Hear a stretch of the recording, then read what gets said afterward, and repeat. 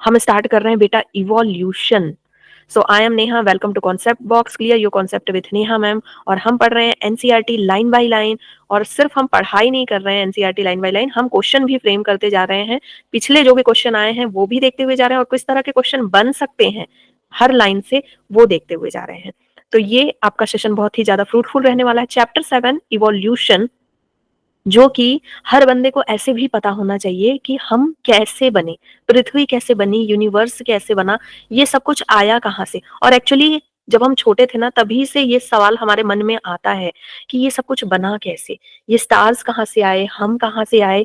और जब हम चीनी कहीं गिर जाता है ना, तो देखते हैं कि चींटियां अपने आप आ जाती हैं, वो कहाँ से आ जाती हैं। या फिर बर्तन जो बंद है, चावल के अंदर, चावल का डब्बा बिल्कुल बंद है और उसके अंदर हम देखते हैं कि कीड़े आ गए, या दाल में कीड़े लग गए, वो बंद रहता है, फिर वो अचानक कहाँ से आ जाता है।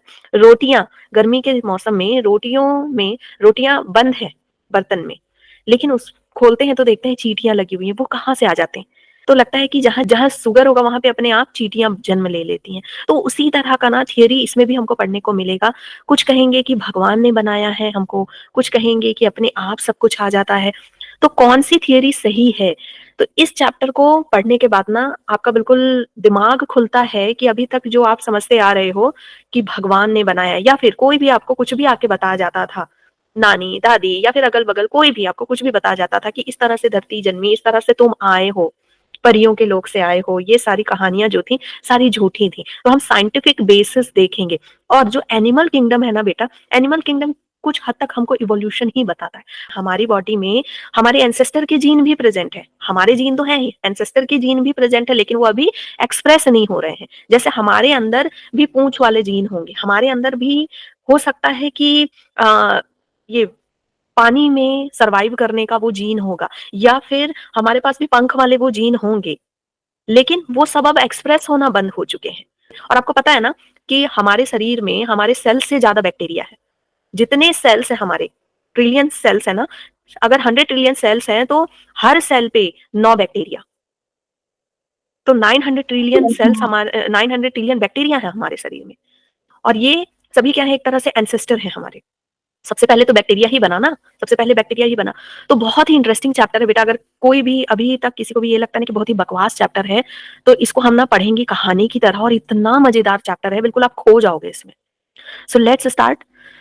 इवोल्यूशन का वेटेज कितना है, पहले हम नीट के पर्सपेक्टिव से पढ़ेंगे, और बीच बीच में कुछ मजेदार बातें भी जानेंगे। हाँ, कुछ मजेदार बातें भी जानेंगे। सो इवोल्यूशन, इवोल्यूशन का जो नीट में वेटेज है बेटा, आपका 4 क्वेश्चन तक तो बन जाता है। ठीक है, 4 क्वेश्चन तक बन जाता है। 4 क्वेश्चन का मतलब कितना हो गया? 16 मार्क्स। 16 मार्क्स हो गया। ठीक है, 16 मार्क्स। और यहाँ पर आप देख रहे हो फोटो दिया हुआ है ना, फोटो दिया हुआ है। हाँ, यस इसको देख मैम। करके कुछ याद आया, इसको देख के ये समझ में आता ना कि ये हमारे कौन है, पूर्वज हैं। क्या ये हमारे पूर्वज हैं? Yes ma'am. नहीं, इनके पूर्वज और हमारे पूर्वज, सबके पूर्वज बेटा सेम है। कहते हैं ना कि हम जो है चिंपैंजी से आए हैं, हमारे पूर्वज बंदर थे। हमारे पूर्वज बंदर नहीं थे। एक दार्शनिक हुआ था फ्रेडरिक, उन्होंने बताया था कि एक समय ऐसा आया था कि बहुत लंबे समय तक ना तूफान चली थी, बहुत लंबे समय तक। जैसे पहले ना बारिश होती थी तो एकदम बिल्कुल सैकड़ों सालों तक बारिश ही हो रही है, तो तूफान है बहुत लंबे समय तक। तो जो बंदर थे ना, एक जगह पे हमारा सबका एंसेस्टर एक था, हमारा सबका एंसेस्टर एक था। तो देखते हो चिंपैंजी अलग दिखता है, बंदर अलग दिखता है, फिर गोरिल्ला अलग दिखता है। हाँ, फिर हम थोड़े से इनसे मिलते जुलते लगते हैं, हम अलग लगते हैं। तो हमारे सबके एंसेस्टर एक थे, और सब हम इन सब से बने थे अलग अलग जगह रहने की वजह से। तो पहले ना हम भी थोड़ा इनसे रिसेंबल करते थे सिर्फ। लेकिन क्या हुआ कि ये सभी छुप गए गुफा के अंदर, केव में रहते थे, गुफा में छुप गए। और उनमें से जो गुफा से बाहर आए, जिन्होंने इन सबको जो तूफान था, जो बिल्कुल हार्श कंडीशन को झेला, और वो क्या हो गए, बाईपेडल हो गए। 4 पैर से चलने वाले अब क्या हो गए, बाईपेडल हो गए, और बिल्कुल उनका स्ट्रक्चर बदलने लगा।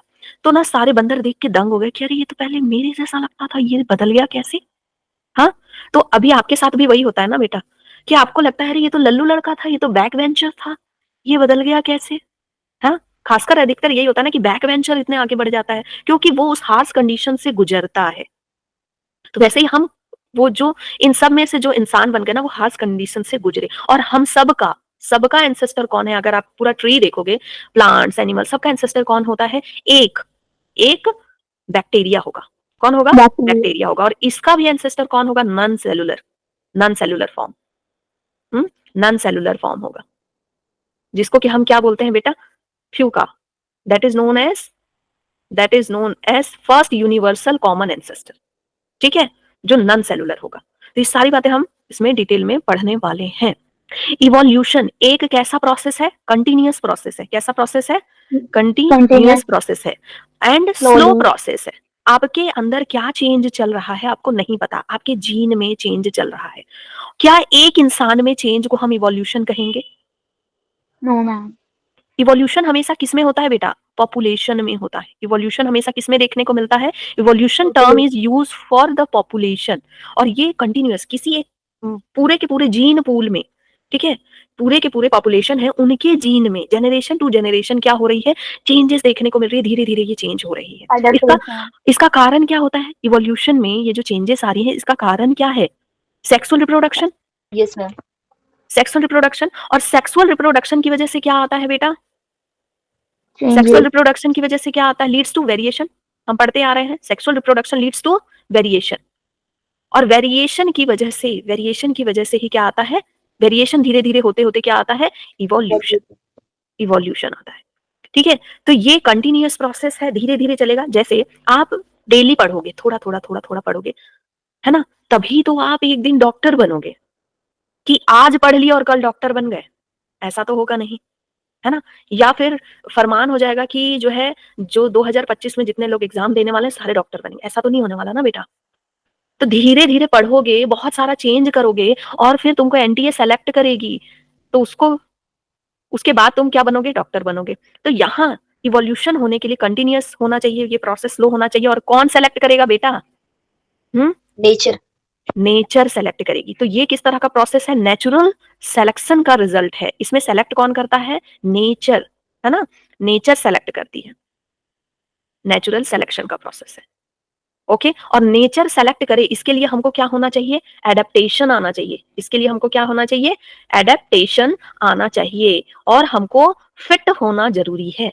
फिट होना जरूरी है, ठीक है। और ये फिट कैसा होना जरूरी है? क्या बॉडी से एकदम मसल बन जाएगा तो तुम फिट हो जाओगे? तुम्हारा ब्रेन काम नहीं कर रहा लेकिन तुम मसल से और तुम फिट हो गए? नहीं ना। फिट का मतलब क्या है? कि रिप्रोडक्टिवली फिट होना चाहिए और हर तरह से फिट होना चाहिए तुमको।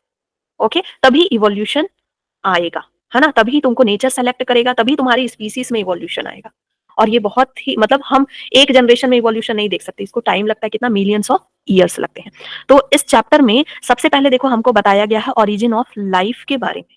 तो यहां से हम स्टार्ट करते हैं। इवोल्यूशनरी बायोलॉजी, सबसे पहले इवोल्यूशन की बायोलॉजी को हम क्या कहते हैं? इवोल्यूशनरी बायोलॉजी कहते हैं। ठीक है, यहीं से क्वेश्चन बन रहा है।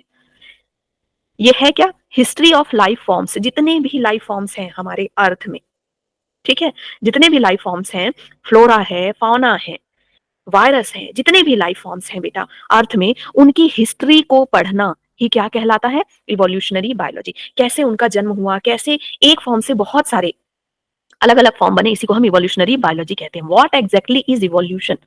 क्या इवोल्यूशन क्या होता है? To understand the changes in flora and fauna that have occurred over millions of years on earth, we must have an understanding of the context of origin of life, evolution of earth, of star, indeed of universe itself. तो हमको evolution क्या है इसको समझने के लिए हमको क्या समझना पड़ेगा? कि फ्लावर में, मतलब जो पेड़ पौधे हैं, फ्लोरा का मतलब क्या हो गया? पेड़ पौधे, है ना, प्लांट्स। एंड फाउना का मतलब क्या हो गया? एनिमल्स। ठीक है, तो प्लांट्स में, एनिमल्स में, अर्थ में, स्टार में, यूनिवर्स में, इन सब का ओरिजिन कैसे हुआ और इन सब में क्या क्या चेंजेस आए, तब जाके हमको समझ में आएगा कि इवोल्यूशन क्या है। पूरा हमको पढ़ना पड़ेगा। तो सिर्फ एक इवोल्यूशन क्या है इसका जवाब पाने के लिए हमको इतना कुछ पढ़ना पड़ेगा। So what follows is the longest of all of the constituted and conjugated theories. Conjugated theories मतलब कि, और कॉन्स्टिट्यूटेड एंड कॉन्जुगेटेड स्टोरीज मतलब कि जो कि जिसका कोई ऐसा कोई प्रूफ नहीं है। ठीक है, हाँ, ठीक है, कहीं सुनाई बातें। This is the story of origin of life, evolution of life form. देखो, कोई जरूरी नहीं है कि अभी तक जो हम पढ़ते आ रहे हैं कि बिग बैंग थ्योरी वो सही हो। It's still a theory. Theory है ना। थियरी जब बिल्कुल सब जगह से ठप्पा लग जाता है ना कि हाँ ये बिल्कुल सही है, तब जाके वो क्या बनता है? लॉ। तो अभी भी वो थियरी है, अभी कोई मतलब क्लियर नहीं है कि वो सही है। कुछ समय बाद हो सकता है बाद में पता चले कि नहीं वो सब कहने की बातें थी, अर्थ ऐसे फॉर्म नहीं हुआ था, यूनिवर्स ऐसे नहीं बना था। फिर से नया सब कुछ पढ़ेंगे हम, समझ गए? हम साइंटिफिक से वो भी तो ये अभी तक जो हम जानते हैं उसमें बेस्ट है, जो कहा गया है, ठीक है? उसको कह रहे हैं theories. This is a story of origin of life and evolution of life form और biodiversity on planet earth in context of evolution of earth and against the background of evolution of universe itself. Origin of life, very very important. Origin of life, इससे question बेटा बनता है, तो एक एक line बहुत ध्यान से सुनना। When we look at stars on a clear night sky, we are in a way looking back in time. तो पहले हम सुनते थे ना कि देखो तुम्हारी दादी, देखो तुम्हारी नानी, हाँ, छत पे जब लेटते थे, अब तो तुम लोग नहीं लेटते हो, तो पहले जब हम लोग लेटते थे तो कहते थे देखो दादी, देखो नानी, वो वाला चमकता हुआ तारा। तो वो तो ऐसे ही कह दिया गया, लेकिन एक्चुअल में वो बात सच निकली।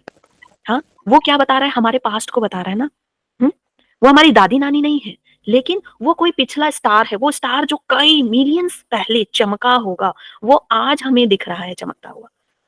तो अगर कोई एस्ट्रोनॉट या फिर कोई दूसरे प्लैनेट में होगा, वो यहाँ पे देखेगा, तो आज आज हम लोग पढ़ रहे हैं, वो मिलियंस ईयर्स बाद देखेगा कि वहां पे पढ़ाई चल रही है, मान लो अगर वो देख सकता है तो, ठीक है? तो मिलियंस ईयर्स बाद देखेगा, जब तुम यहाँ एग्जिस्ट भी नहीं करोगे, उस समय उसको पता चलेगा कि तुम डॉक्टर बन गए, ठीक है? या फिर वो अभी देखेगा तो जितने एक्सटिंक्ट हो चुके हैं ऑर्गेनिज्म, वो सारे उसको दिख रहे होंगे, अरे, है ना? So clear night sky, we are in looking back, तो हम पास्ट को देख रहे हैं, वो आज वो तारा वहां पे नहीं है। हम बोलते हैं ना आज जो है वो तारा कितना चमक रहा है, वो आज नहीं चमक रहा, वो कब का चमका है, वो हमें आज दिख रहा है, बहुत समय पहले। So stellar distance are measured in light years. Stellar distance का मतलब क्या होता है? Measurement, measurement between earth and stars, ठीक है? इसको कहते हैं स्टेलर डिस्टेंस, और इसको किस में नापा जाता है बेटा? लाइट ईयर्स में नापा जाता है। और लाइट ईयर्स तो आपको पता ही है कितना होता है ना? लाइट ईयर्स पता है ना? फिजिक्स के स्टूडेंट हो, बताओ क्या होता है light year? What is light year? Ma'am 9.4 into 10 की पावर समथिंग होता है। मैम कि एक साल में लाइट कितना ट्रैवल करती है, डिस्टेंस नापने की यूनिट है, जो बहुत बड़े बड़े डिस्टेंस नहीं, वैल्यू 9.4 इंटू 10 हाँ, की पावर। लाइट, हाँ, लाइट ईयर क्या होता है, मैंने वैल्यू नहीं पूछा है ना। लाइट ईयर क्या होता है? डिस्टेंस ट्रेवल बाय लाइट, ठीक है? So what we see today, अगर हम लाइट ईयर की स्पीड बेटा बहुत ज्यादा होती है, हम मतलब कोशिश कर रहे हैं कि लाइट ईयर की स्पीड से मैच कर जाए। बहुत सारे साइंटिस्ट ने कोशिश किया था, अल्बर्ट आइंस्टीन ने भी, कि लाइट ईयर से मैच करता हुआ कुछ ऐसा बना ले। अगर लाइट ईयर से मैच करता हुआ अगर हम कोई ऐसा यान बना लेते हैं और उसमें हम ट्रेवल करते हैं, तो क्या होगा? हम एक यूनिवर्स गैलेक्सी। से दूसरे यूनिवर्स में चले जाएंगे ना, है ना? गैलेक्सी गैलेक्सी गैलेक्सी गैलेक्सी, मतलब हम फटाफट जाएंगे। और आप सुनते हो ना कि जैसे कि टाइम ट्रेवल हो गया, तो उसमें लाइट ईयर वाली ही बात हो जाती है कि सडन मतलब जाके आ गए, उनको लगा कि कितना साल बीत गया, हाँ, सडन जाके आ गए और पता चला यहाँ पे 2 मिनट ही हुए थे, इस टाइप वाली चीज। So what we see today is an object whose emitted light started in journey millions of years back. जो आज हम तारा चमकता हुआ देख रहे हैं, वो बहुत पहले चमका था, वो चमक के चला भी गया और हम आज देख रहे हैं। And from trillions of kilometre away, trillions of kilometre दूर से हम देख रहे हैं, reaching our eyes now. However, when we see object in our immediate surrounding, we see them instantly and hence in the present time. Therefore, when we see stars are apparently are peeping into the past. समझ गए? तो हमको लगता है कि हम अभी देख रहे हैं, लेकिन एक्चुअली हम किस में देख रहे हैं? पास्ट को देख रहे हैं। तो नानी दादी ने जो बात बताई थी ना कि वो है, देखो तुम्हारे, है ना, दादाजी, तो ये वो एक्चुअल में सही हो गया कि वो पास्ट ही दिखा रहे थे ना हमको। The origin of life is considered a unique event in the history of universe. The universe is vast. Universe क्या है हमारा बेटा? वास्ट है, रिलेटिवली स्पीकिंग। बिल्कुल, ये ना कहानी है बेटा, ये जो चैप्टर है ना, कहानी और कुछ नहीं है। कैसे बच्चों को बोरिंग लगती है मुझे समझ नहीं आता। The earth itself is almost only a speck. Earth क्या है? एक स्पेक है ना, जिससे हम देख रहे हैं, ठीक है? The universe is very old. Universe बहुत बहुत पुराना है। यूनिवर्स, यहां हम लिख लें, एक तुम लोग चार्ट बनाओगे, ठीक है, इस चैप्टर में, जहां पे सारा ईयर लिखोगे, क्योंकि ईयर से क्वेश्चन आता है बेटा। ओरिजिन ऑफ यूनिवर्स, सबसे पहले क्या बना? यूनिवर्स बना। कब बना? 20 बिलियन ईयर्स अगो, ठीक है, 20 billion years ago. Huge cluster of galaxies comprises the universe. Universe में क्या है, बहुत सारी गैलेक्सीज हैं और हमारी गैलेक्सी का क्या नाम है, our galaxy Milky Way, Milky Way galaxy. ठीक है, हमारी गैलेक्सी मिल्की वे है। तो बहुत सारी गैलेक्सीज मिल करके क्या बनाती हैं, यूनिवर्स बनाती हैं। तो हमारे जो पौराणिक कथा है उनमें देखने को सुनने को मिलता है ना ये सारी बातें, कि बहुत सारे आयाम हैं, बहुत सारी गैलेक्सीज हैं। तो उनको देखो, उनको बैठे बैठे ना ये सारी चीजें वो महसूस कर लेते थे। क्यों? Due to meditation. मेडिटेशन करके अपना दिमाग का वो वाला पार्ट खोल लेते हो कि आप बिल्कुल एक जगह बैठे बैठे बहुत सारी चीजें देख सकते हो। Galaxies contain stars, clouds, gas and dust. बेटा यहां से क्वेश्चन बन सकता है आपका। ठीक है, गैलेक्सी में क्या है, हमारी गैलेक्सी मिल्की वे गैलेक्सी है। गैलेक्सी में क्या है, स्टार्स है, बहुत सारे क्लाउड्स हैं, गैस है, और क्या है, डस्ट है। ठीक है, और ये सब ना, ये सब पहले एक जगह पे कंडेंस्ड थे। सारे स्टार्स, क्लाउड, गैस, ऐसे एक जगह पे सब कंडेंस थे। Considering the size of universe, earth is indeed a speck. The big bang theory, big bang theory, ये बिग बैंग थ्योरी किसने दिया था, जॉर्ज लेमेट्रे ने। ठीक है, इन 1927। लिखते जाओगे मेरे साथ। नाम जॉर्ज लेमेट्रे का या एबे लेमेट्रे का? ठीक है, नहीं, जॉर्ज लेमेट्रे। ठीक है, जॉर्ज लेमेट्रे इन 1927 इन्होंने क्या बताया था कि कैसे बना, ठीक है, सब कुछ यूनिवर्स जो है कैसे बना। सबसे पहले क्या था बेटा, बिल्कुल ये सारी चीजें बिल्कुल एक जगह पे क्या थी, कंडेंस्ड थी, एक जगह पे आ गई थी। और इतना ज्यादा टेम्परेचर हो रखा था और सब कुछ इस तरह से पैक हो रखी थी ना कि अब जो है बिल्कुल, अब बर्दाश्त की सीमा जो है ना, हद हो चुकी थी। अब जो है ब्लास्ट होना बाकी था। जैसे जैसे मान लो लड्डू, लड्डू है ना, मोतीचूर का लड्डू है। लड्डू को तुम बिल्कुल एकदम दबा रहे हो, मम्मी ने बोला लड्डू बनाओ, लड्डू को प्यार से बनाओ भाई, तुम क्या कर रहे हो, उसको एकदम दबा रहे हो, है ना। फिर क्या किया तुमने, यूं जोर से दबा दिया, तो क्या हुआ, ब्लास्ट हो गया ना, चूर चूर, टूट गया लड्डू। बिल्कुल लड्डू क्या हो गया, फूट गया। तो वैसे ही ये क्या हुआ, यहाँ पे एनर्जी, ठीक है, एनर्जी इतनी ज्यादा हाई हो गई, टेम्परेचर इतना ज्यादा हाई हो गया कि ये क्या कर गया, ये क्या कर गया, ब्लास्ट कर गया।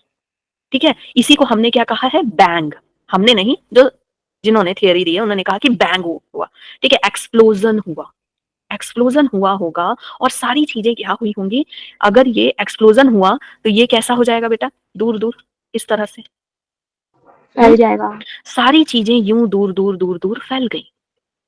ठीक है, सारी चीजें यूं दूर दूर फैल गई और दूर दूर फैली हैं, लेकिन अभी भी कैसी हैं, गर्म है। क्योंकि अभी भी उनमें गर्मी तो है ना। मान लो तुम गरम गरम लड्डू बना रहे हो, ठीक है, लड्डू मम्मी के साथ लड्डू बना रहे हो, कभी बनाया है ये मकर हाँ संक्रांति वैसे में, मम्मी बोलती है ना लड्डू बनाओ, तो कभी ना आपसे फूट गया होगा वो लड्डू, लेकिन फिर भी जो अलग होते हैं पार्ट बहुत गर्म होते हैं, छुआ नहीं जाता है उनको।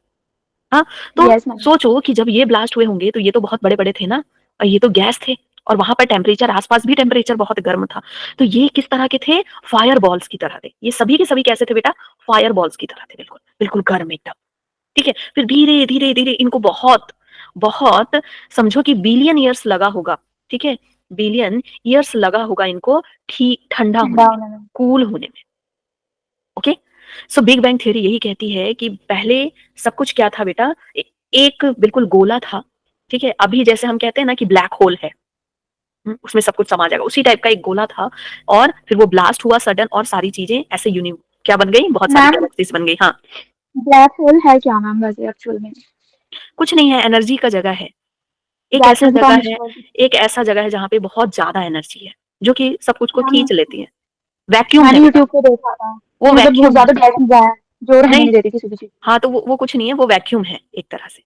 The Big Bang Theory attempts to explain us the origin of universe. It talks a singular huge explosion, unimaginable in physical terms. हम उसको इमेजिन नहीं कर सकते। ठीक है, इन्होंने कैसे सोच लिया वो बात। The universe expanded. फिर क्या हुआ, यूनिवर्स एक्सपेंड हुई धीरे धीरे, एक बिल्कुल कुछ भी नहीं था, बिल्कुल अंधेरा था सब जगह। हाँ, और बिल्कुल एक एक जगह पे सारी एनर्जी कलेक्टेड थी, फिर ब्लास्ट हुआ और हमारा यूनिवर्स बन गया। तो यूनिवर्स कब बना बेटा, 20 billion year ago, by the result of big bang. The universe expanded and hence the temperature came down. Universe फैलने लगी, ये धीरे धीरे फैलने लगी, और अब कहते हैं कि ये फिर से सिकुड़ रही है। पता है कि नहीं, ये फिर से धीरे धीरे धीरे धीरे पास आ रही है। और फिर तो एक मैम क्या समय, फिर ब्लास्ट होगा? हाँ फिर नहीं, फिर क्या होगा, फिर ये एक सिमट जाएगी एक गोले में और फिर उससे ब्लास्ट होगा। तो बोलते हैं ना मैं समय हूँ, समय जब यूं चल रहा है तो एक समय 12 फिर से बजेगा ना, अगर 12 बजा है तो फिर से तो 12 बजेगा ना, कंडेंस होके फिर ब्लास्ट होगा। फिर से होगा, लेकिन वो बहुत बिलियन ईयर लग जाते हैं इसमें, तो हमें चिंता करने की जरूरत नहीं है। सो टेम्परेचर केम डाउन, फिर क्या हुआ बेटा, हाइड्रोजन जैसे जैसे ठंडा होना शुरू हुआ, फिर क्या हुआ, hydrogen helium form sometimes letter, hydrogen helium बने, द गैसेस, तो सबसे पहले जो गैसेस वगैरह बने वो कौन थे, सबसे पहला hero hydrogen, hydrogen helium. Helium, actually ये पहले से ही प्रेजेंट थे, ठीक है, hydrogen helium form sometime later, the gases condense under gravitation, gravitation वहां पे वर्क किया, ठीक है, गुरुत्वाकर्षण, वो क्या हुआ वहां पे वर्क की जिसकी वजह से गैसेस पास पास आए, सारे गैसेस क्या हुए, पास पास आए and form the galaxies of the present day universe, सारे जो गैसेस है ना देखो यूनिवर्स बन गए, ठीक है। अब क्या हुआ कि यूनिवर्स में बहुत सारी गैलेक्सीज है, ठीक है, यूनिवर्स ये पूरी, ये समझो ये पूरा यूनिवर्स है, ये जो रेड कलर का है ये यूनिवर्स है। अब इसमें क्या हुआ कि कुछ जो है पास पास आने लगे ऐसे करके, ठीक है, इस तरह से ये पास पास आने लगे गैस वैस, और एक तरह से एक पैटर्न बना दिए मिल्की वे वाला, तो हमारी गैलेक्सी क्या हो गई, मिल्की वे गैलेक्सी बन गई, जिसमें कि सन बीच में आ गया और बहुत सारे प्लैनेट आ गए। तो प्लैनेट भी कैसे बने, बहुत सारे गैस वगैरह पास आए, ठीक है, और उसके बीच में अभी भी क्या है, बहुत सारे एस्ट्रॉइड्स वगैरह घूम रहे हैं ना, एस्ट्रॉइड्स बेल्ट भी है। पहले जो है हमारे अर्थ, हाँ, अर्थ के बीच में, अर्थ मरकरी इन सब के बीच में और प्लैनेट हुआ करते थे, फिर वो धीरे धीरे गायब हो गए। ओके, तो इस तरह से और अलग अलग तरह की क्या बन गई, गैलेक्सीज बन गई। मान लो ये यूनिवर्स है तो ये सब अलग अलग अपना पैटर्न बना रहे हैं आस पास में, due to magnetic force and gravitational force, due to magnetic force and gravitational force, देख रहे हो अलग अलग तरह की क्या बन गई बेटा, गैलेक्सीज बन गई। यहाँ जितने भी है ना गैस, सब पास आ रहे हैं, गैस क्लाउड, गैस क्लाउड, ठीक है, ये सब पास आ रही हैं, सब पास आ रही हैं और इस तरह से पैक हो जा रही है, तो एक पैटर्न बना दे रही है, समझ गए। तो ये अलग अलग गैलेक्सीज बन गई, ये समझ में आया। ये कंप्लीट पूरा हमारा क्या है बेटा, ये कंप्लीट क्या है, यूनिवर्स, यूनिवर्स ये किससे बना है, इस गोले से बना है, गैलेक्सी। और ठीक है इस गोले से बना है, और इसमें क्या है, बहुत सारी गैलेक्सीज है, नंबर 1 नंबर 2 नंबर 3 ऐसे बहुत सारी गैलेक्सीज है। क्लियर, इतनी बातें क्लियर हो गई।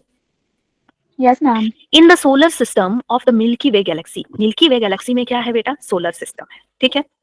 अर्थ was suppose to have been form 4.5 billion years back, तो ओरिजिन ऑफ यूनिवर्स कब हुआ, 20 बिलियन ईयर्स, और आपका अर्थ कब बना, अर्थ का, अर्थ 4.5 बिलियन ईयर्स अगो, ठीक है, कितना समय लगा बेटा ठंडा होने में और अर्थ को बनने में। पहले ये क्या होगी, आग का गोला होगी, बहुत सारे गैसेस वगैरह होंगे, फिर क्या हुआ, धीरे धीरे धीरे धीरे करके ये कूल हुआ, और पहले अर्थ में क्या थे, क्रेटर्स थे जगह जगह पे, सिर्फ गड्ढे, पूरे गड्ढे के गड्ढे, जैसे मून में अभी दिखता है ना। So 4.5 billion years back there were no atmosphere on early earth, कोई एटमॉस्फेयर नहीं था, ऊपर कोई एटमॉस्फेयर नहीं था, समझ रहे हो। वाटर वेपर, वाटर था किस फॉर्म में, वेपर के फॉर्म में, methane, carbon dioxide and ammonia release from the molten mass covered the surface. Earth के ऊपर कोई एटमॉस्फेयर नहीं था, सिर्फ और सिर्फ कौन कौन से गैसेस थे बेटा, ये आपको लिखना है, गैसेस ऑन अर्ली अर्थ, कौन कौन सा गैस था बेटा, यहां से क्वेश्चन आएगा। क्या है हमारे पास, वाटर है लेकिन किस फॉर्म में, वेपर के फॉर्म में है, ठीक है, और क्या है अलग से तुमको लिखना जरूरी है, CH4 है, मीथेन है, क्या है CO2 है, और NH3 है, ठीक है। तो ये सारी चीजें थी, और ये आ कहां से रही थी, release from molten mass covered the surface, जो अर्थ के ऊपर, जो अर्थ क्या है, आग का गोला है ना, तो अभी पिघला पिघला सा है, मॉल्टेन मास है उसके सरफेस पे, अभी ना कठोर हो गया है, पहले पिघला पिघला सा है, उसके ऊपर से ये सारी चीजें क्या हो रही हैं, ये गैस बन रही है।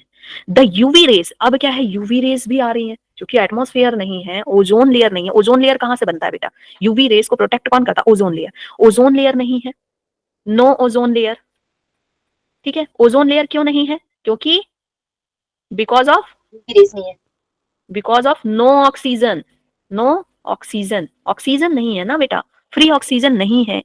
ओजोन लेयर किससे बनता है, O3, O3 से है ना, बनता है। मतलब कि 2 oxygen plus 1 oxygen, ozone layer बोले तो ब्रह्मा विष्णु महेश, है ना, तीनों मिलके प्रोटेक्ट कर रहे हैं अर्थ को। हाँ, तो ओजोन लेयर जो हो गई, 2 ऑक्सीजन और एक फ्री ऑक्सीजन। तो पहले तो ऐसा था नहीं, ठीक है, कोई फ्री ऑक्सीजन था नहीं, मतलब ऑक्सीजन जो है इस तरह एटॉमिक फॉर्म में था नहीं, ठीक है, नो ऑक्सीजन।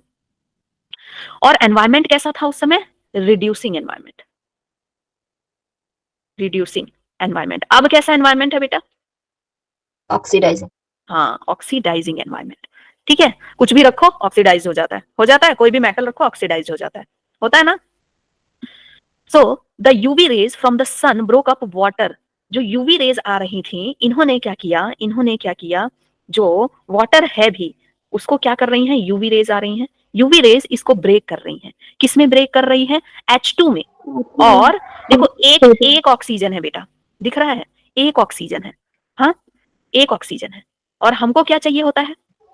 हाफ। O2 चाहिए ना, O2 चाहिए, तो ये O2 का हाफ हो गया ना, O2 का क्या हो हाफ गया बेटा? लगाएंगे। हाफ हो गया। तो ये हमको नहीं चाहिए ना, ये हमारे किसी काम का है क्या? नहीं है ना। तो ये क्या करेगा, ये कंबाइन हो जाएगा ना दूसरे के साथ, क्योंकि इसको तो सहारा चाहिए ना, इसको क्या चाहिए? सहारा चाहिए कंप्लीट होने के लिए, समझ गए। तो ये हमारे पास क्या है? हाफ ऑक्सीजन, ठीक है। सो ये तो हल्का है, ये हल्का है, तो ये क्या हो जाएगा? उड़ जाएगा, ठीक है, ये क्या हो जाएगा? उड़ जाएगा। और ये क्या करेगा? ये सहारा ढूंढेगा। ये किससे किसके साथ जुड़ेगा? ये किसके साथ जुड़ जाएगा बेटा? कार्बन के साथ जुड़ जाएगा। Oxygen combined with ammonia and methane to form water, CO2 and other, ठीक है। ये किसके साथ जुड़ जा रहा है? सॉरी, ये किसके साथ जुड़ जा रहा है? किसके साथ जुड़ेगा ये? मीथेन के साथ, ठीक है, मीथेन के साथ जुड़ जाएगा। तो क्या बना देगा बेटा? CO2 बना देगा, है ना। और ये क्या किसके साथ जुड़ जाएगा? ये जुड़ जाएगा किसके साथ? अमोनिया के साथ। तो क्या बना देगा? नाइट्रस ऑक्साइड वगैरह बना देगा, ठीक है। और combined with ammonia methane to form water, और ये क्या बना देगा बेटा? वाटर बना देगा, ठीक है।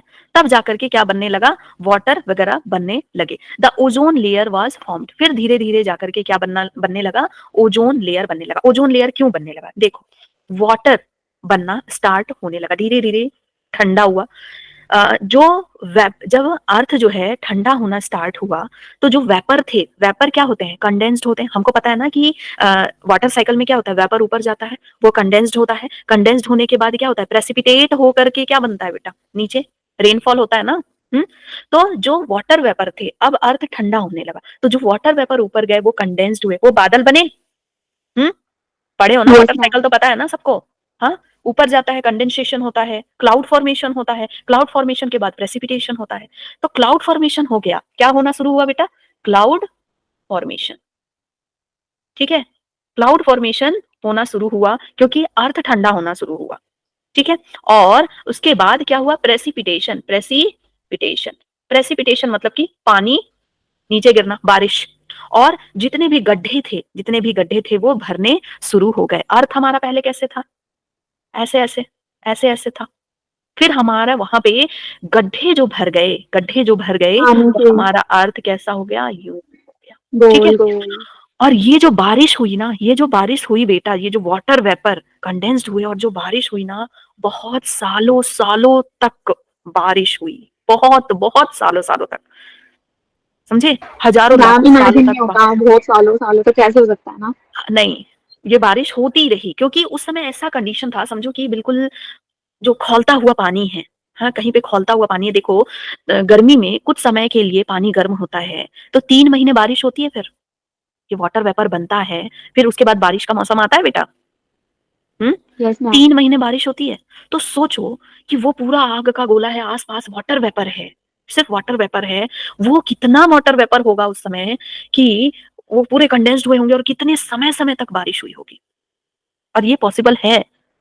So as it cooled, the water vapor fell as rain to fill all the depression and form ocean. इसीलिए फिर oceans बने। ये समुद्र जो देखते हो ना इतने बड़े बड़े, ये मतलब हजारों सालों सालों तक जो बारिश हुई होगी उसका नतीजा है। सो लाइफ अपीयर, इसके बाद लाइफ बनना शुरू हुई, ठीक है। लेकिन देखो, जो पानी आया है, पानी जो गिरा है, अभी भी इसके ऊपर का लेयर तो क्या था? कैसा है बेटा? मॉल्टन है अभी भी अर्थ का, ठीक है। पूरा तो ठंडा हुआ नहीं है ना बहुत अच्छे से, अभी भी ऊपर जा रहा है वाटर वेपर और बारिश आ रहा है। तो अभी भी ये कैसा है? खौलता हुआ पानी है। कैसा पानी है? कैसा पानी है? खोलता हुआ। खौलता हुआ पानी है। तो इसमें हॉट जो सूप है ना, ये इस पे लाइफ फॉर्म हुई। लाइफ कब फॉर्म हुई? 500 मिलियन ईयर्स। देखो यहाँ पर बिलियन नहीं है बेटा, क्या है? मिलियन ईयर्स है। ठीक है, ओके। तो यहाँ पर हमने जो पढ़ा है ईयर वाला, यहाँ ऐड कर दोगे यस मैम। लाइफ। ठीक है, लाइफ जो आई, नहीं, इसके 500 मिलियन ईयर के बाद आई थी, तो 4 बिलियन ईयर पे लाइफ आई। ये होगा 500, वेट, लाइफ अपीयर, हाँ, year after the formation of earth. देखा, क्योंकि मुझे याद है कि ये जो आपका बनता है, लाइफ जो आती है 4 बिलियन ईयर्स पे आती है। और जो पहला नॉन सेलुलर आता है, नॉन सेलुलर जो लाइफ का फॉर्म आता है बेटा, सबसे पहले जो नॉन सेलुलर लाइफ फॉर्म बना, वो कब बना? 3 बिलियन ईयर अगो। सेलुलर वाला कब बना? 2 बिलियन ईयर्स अगो। ठीक है, ओके। Yes ma'am. तो ये बेटा आपको लिखते जाना है। ये क्या कह रही है? Life appear 500 million years after, है ना, 500 का डिफरेंस है मिलियन ईयर का। 4.5 है तो 500 को हटा दो, 4। ठीक है, years after the formation of earth, almost 4 billion year back. Clear? यहां से देखो एक एक लाइन से बेटा क्वेश्चन बन रहा है इसके, बहुत इंपॉर्टेंट चैप्टर है। और ये जो ओरिजिन ऑफ लाइफ है, इस पे तो बहुत क्वेश्चन बन सकता है। थोड़ा सा पढ़ा है और अभी। Did life come from outer space? अब देखो ना, थियरीज आ गई। यहां से क्या हो गया बेटा? यहां से थियरीज आ गई। ठीक है, थियरीज आ गई कि लाइफ आई कैसे होंगी, कहां से बनी होंगी। ओके, तो अभी तक सिर्फ हमने देखा कि यूनिवर्स कैसे बना, फिर बोल रहा है कि लाइफ आया होगा। तो लाइफ जो है गर्म खौलता हुआ है, और गर्म खौलते हुए में जो कोई लाइफ आया होगा बेटा, वो कैसा लाइफ होगा बताओ? सबसे पहले कौन, किसके बारे में पढ़ा हमने? बैक्टीरिया वगैरह, बैक्टीरिया वगैरह, मोनेरा, आर्की, है ना। उसमें भी हमने क्या, हेलोफाइल्स पढ़ा है ना, पढ़ा है ना, थर्मोफाइल्स पढ़ा है, सब पढ़ा है। तो ये सभी खौलते हुए, इवन वॉल्केनोज वगैरह उस समय बहुत थे, तो वॉल्केनोज में कोई ग्रो कर रहे होंगे, कोई कहीं ग्रो कर रहे हैं, कोई ओशियन के खौलते हुए पानी में ग्रो कर रहे होंगे। और कैसे ग्रो किए? अब सवाल आता है कि अच्छा ऐसे ग्रो किए होंगे, ठीक है, मोनेरा पहले आया होगा, अभी हम जानते हैं कि ठीक है मोनेरा आया होगा। और सबसे पहले जो आए होंगे वो भाई खाने की तो कोई चीज है नहीं, तो वो कैसे होंगे? वो कैसे होंगे? केमोसिंथेटिक होंगे, हेट्रोट्रॉफिक होंगे, इस टाइप के होंगे सभी के सभी। ठीक है, तो वो सब पे हम बाद में जाएंगे, पहले हम एनसीईआरटी में लाइन बाय लाइन पढ़ लेते हैं, फिर मैं आपको डिटेल में बताऊंगी कि लाइफ कैसे फॉर्म हुआ होगा लाइन से। ठीक है, so did life come from outer space? क्या आउटर स्पेस से आई? तो एक थ्योरी कहती है, जिसको हम कहते हैं panspermia theory. So some scientist believe that it came from outside. तो कुछ साइंटिस्ट का मानना था कि ये आउटसाइड से आई हैं। तो उन साइंटिस्ट में कौन थे? एक एरहेनियस। ठीक है, एरहेनियस ने 1908 में ये बात कही थी, पैनस्पर्मिया। और अभी भी बहुत सारे जो एस्ट्रोनॉट्स वगैरह हैं, उनका मानना है कि बाहर से ही लाइफ आई है। ठीक है, कैसे आई हैं? जो दूसरे ग्रह है ना, वहां से क्या आए? स्पोर्स आए। स्पोर्स, ऐसे स्पोर्स आए जो कि बहुत ही ज्यादा कैसे थे? रेजिस्टेंट थे। तो अभी भी हम जानते हैं ना कि स्पोर्स कैसे होते हैं? रेजिस्टेंट होते हैं ना, बहुत ज्यादा, बहुत सालों सालों सालों यस सालों तक, मैम। बहुत सारा आपका इवोल्यूशन देख लेते हैं, वो इतने ज्यादा रेजिस्टेंट होते हैं। तो और उनका ना ये भी मानना था कि जैसे कोई चीज हम खुला छोड़ते हैं, तो स्पोर्स ही तो होते हैं सबके, जो इधर उधर घूम रहे होते हैं, जिसकी वजह से चीजें ग्रो कर जाती हैं। ठीक है, तो उनका मानना था कि दूसरे ग्रह से, लेकिन ये बात थोड़ी अजीब हो गई कि दूसरे ग्रह से स्पोर्स आ रहे हैं। भाई यहाँ पे स्पोर्स तो समझ में आ सकता है, दूसरे ग्रह से स्पोर्स आते हैं, और उन्होंने, उन स्पोर्स ने क्या किया? लाइफ दिया हमारे अर्थ में। ठीक है, thought unit of life called spores were transfer to different planets including earth. हमारे अर्थ में दूसरे ग्रह से आए, और भी अदर अदर प्लैनेट में जाकर के उन्होंने क्या किया कि स्पोर्स दिया, और उसी से क्या बन गए? मानव बन गए, प्लांट बन गए। क्या ये पॉसिबल है कि सारे प्लांट, नहीं है मैम। ना, और ह्यूमन, बैक्टीरिया, सभी के सभी उन स्पोर्स से बन गए? तो एक ही तरह के स्पोर्स से इतनी सारी चीजें कैसे बन गई? हाँ, इतने सारे। और ये जो इवोल्यूशन हो रहा है, फिर ये क्या है? गलत है। ये जो जादुई स्पोर चेंजेस आ होगा। रहे हैं, ये जो चेंजेस आ रहे हैं, यस, क्या वो जादुई स्पोर है? जो चेंजेस आ रहे हैं, ये जो म्यूटेशन हो रहा है, ये सब क्या है फिर? ठीक है, तो panspermia is still the favourite idea for some astronomers. Astronomers अभी भी ये मानते हैं कैसा होगा। For a long time it was also believe that life came out of decaying and rotting matter like straw mud. ये सबसे ज्यादा फनी था, जिसमें कि बताया गया कि जो लाइफ है, लाइफ अगर आप पैदा करना चाहते हो, घर में अगर बच्चे पैदा करना चाहते हो, तो कुछ मत करो। इतना ये जो आईवीएफ वगैरह कर रहे हो मत करो। क्या करना है आपको? आपको अपनी गंदी शर्ट लेनी है, पूरे पसीने से भीगी हुई, उसको मिट्टी में डालो, गंदगी में डालो और फिर आप उसको क्या कर दो, अनाज वगैरह घर में रख दो, उसके ऊपर रख दो तो लाइफ आ जाएगी। तो ये जो साइंटिस्ट थे, इन साइंटिस्ट ने क्या किया कि अपनी गंदी शर्ट ली और उस गंदी शर्ट और मिट्टी में सनी हुई, पसीने से एकदम बदबू से भरी हुई शर्ट, ठीक है? एक्चुअली वो कहीं गंदगी में गए होंगे, पसीने से भरी हुई शर्ट थी और उनके जो भी जहाँ पे भी वो काम कर रहे थे, जिस लैब में वो काम कर रहे थे, वहाँ पे कहीं कोने में गेहूं का बोरा भी रखा होगा, तो उसपे उन्होंने रख दिया था क्या, अपनी गंदी वाली शर्ट, पसीने बदबू वाली शर्ट। उन्होंने देखा जब वो खोले, जब वो बहुत दिन बाद जब वो लैब में आए, तो उन्होंने देखा क्या कि चूहे घूम रहे। तो उन्होंने क्या दे दिया थ्योरी कि भाई साहब लाइफ कैसे आती है, ये गंदगी रख दो, वहां से लाइफ अपने आप आ जाती है। तो जहां जहां ये जो कीचड़ के ऊपर जो हमें मक्खियां दिखती है ना, जहां जहां कीचड़ है वहां पे मक्खी और मच्छर ऊपर जो भिनभिनाते हुए दिखते हैं, वो कहाँ से आते हैं, उसी गंदगी से आते हैं। तो इसका मतलब जब गर्मी में आप घूम रहे होते हो और आपके ऊपर मच्छर जो आते हैं वो आपके पसीने से बने हुए होते हैं। तो इन्होंने एक रेसिपी बताई कि आप इंसानों को कैसे बना सकते हो, आप चूहे को कैसे बना सकते हो, आप लाइफ को कैसे बना सकते हो। So it's too easy to form any life forms. तो जीन की कोडिंग वोडिंग सब गई बेकार, है ना? ये सब बेकार की बात है, सब पसीने का कमाल है। समझ गए? तो आईवीएस वगैरह सब बेकार है। तो ये बोला गया ये फालतू की बातें हैं, है ना? बहुत लोगों ने फिर ट्राई किया होगा। एक्चुअली इनके साथ क्या होगा, पहले ही वहां पे चूहे वगैरह होंगे, हाँ उन्होंने और फिर भाई मेटिंग हुई होगी, हाँ तो चूहे निकल कुछ आए, भी मतलब है ना? बता रहे तो हैं, उसके बाद फिर मन भड़क के सामने आ बहुत सारे साइंटिस्ट ने ट्राई किया होगा कि भाई देखते हैं पैदा करके कोई अजगर पैदा हुआ है, क्या पैदा होता है, कुछ भी नहीं पैदा हुआ, ठीक है? क्योंकि वो जगह क्या थी, साफ सुथरी थी। This was the theory of spontaneous generation, ठीक है? तो स्पॉन्टेनियस जनरेशन में बहुत सारे तथ्य ऐसे भी दिए गए कि डब्बा जो रहता है, डब्बे में हम जैसे देखते बचपन से हमको यही लगता है बेटा, एक्चुअली बचपन में हमको भी ऐसा लगता था कि अपने आप चीजें आ जाती हैं। हाँ, बचपन में तुमको भी लगता होगा कि ये डब्बा तो बंद था, उसमें ये उड़ने वाला कीड़ा कैसे आ गया, ये डब्बा तो बंद था, आटे में ये कीड़ा कैसे लग गया, हाँ डब्बा तो बंद था, हाँ ये चींटियां कैसे लग गई। तो चीनी स्पॉन्टेनियस में जनरेशन, चीटियां। है ना? तो ये ऐसा लगता था हमें भी कि अचानक से चीजें आ जाती हैं, सब तो बंद था, चींटियों को तो पता भी नहीं था कि मैंने यहाँ पे चीनी डाला है, वो आई कैसे? तो डब्बे में क्या होता है बेटा कि अगर एयर टाइट कंटेनर नहीं है तो स्पोर्स बहुत ज्यादा छोटे होते हैं, ठीक है? खुला छोड़ दो तो बहुत ज्यादा छोटे होते हैं, या फिर जो डब्बा है, डब्बा में जरूर कोई ह्यूमिडिटी रही होगी, पहले से कोई छोटा सा स्पोर रह गया होगा जिसकी वजह से उसमें ग्रो कर जाता है। अगर अगर स्पॉन्टेनियस जनरेशन होना होता अचानक से ऐसे ही, तो आप जब लेस का पैकेट खोलते इतने सालों सालों के बाद, तो उसमें कीड़े नहीं मिलते, उसमें चूहे नहीं मिलते तुमको।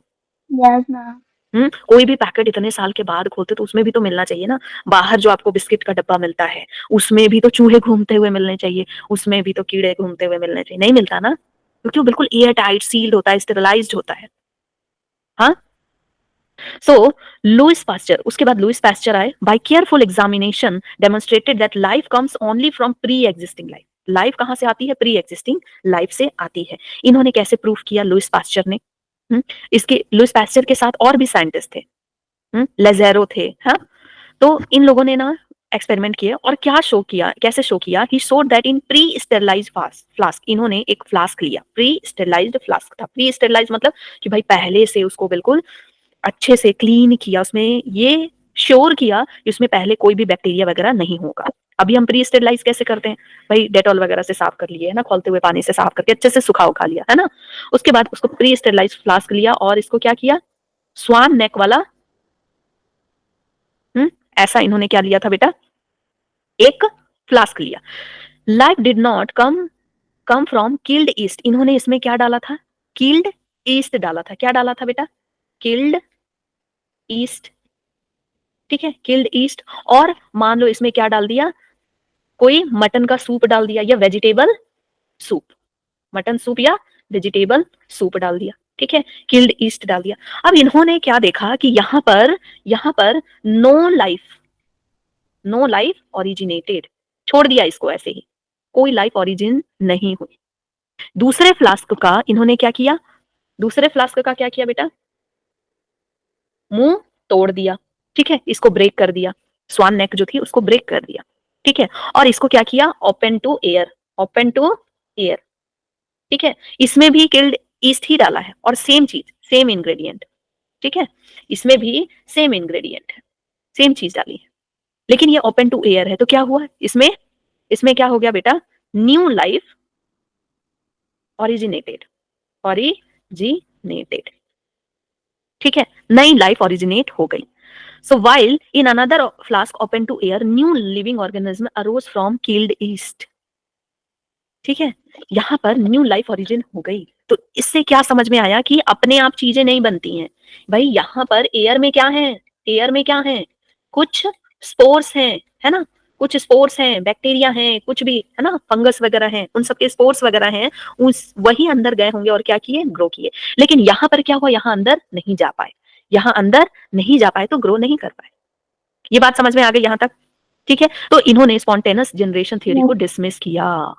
बेटा तो यहां से क्वेश्चन आता है कि किसने स्पॉन्टेनियस जनरेशन थ्योरी को डिसमिस किया था, ठीक है, किसने डिसमिस किया बेटा, लुईस पास्चर ने, ठीक है, लुईस पास्चर ने डिसमिस किया।